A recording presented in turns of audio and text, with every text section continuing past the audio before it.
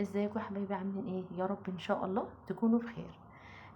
ده هعمل لكم بودنج شوكليت حلو قوي بالكيك. عندنا كيك فاضل، مش هكلفكم حاجه، بقاله يومين نشف، الولاد مش عايزين ياكلوه، جابوا كيك جاهز ومش عاوزين ياكلوه، نشف منهم.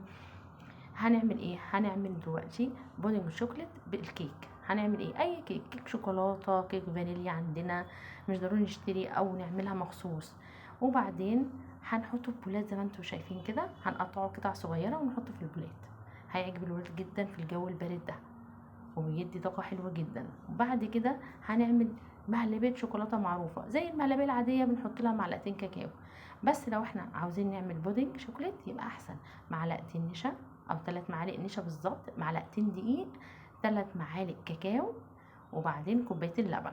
بنحط كل ده على البارد على النار، هيطلع احلى بودنج شوكليت، بجد جميل وهيعجبكم. انا عملته كده، مش كل حاجه عندنا في البيت بجد. النشا، الدقيق، الكاكاو ممكن يكون مش عندك، ماشي نجيبه، سهله جدا وثمنه مش غالي قوي، نجيب على القد.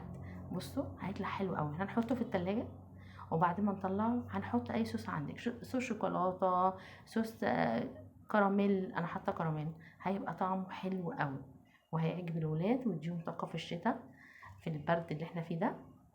وبجد طعمه حلو، شايفين؟ بجد طعمه حلو وشكله حلو.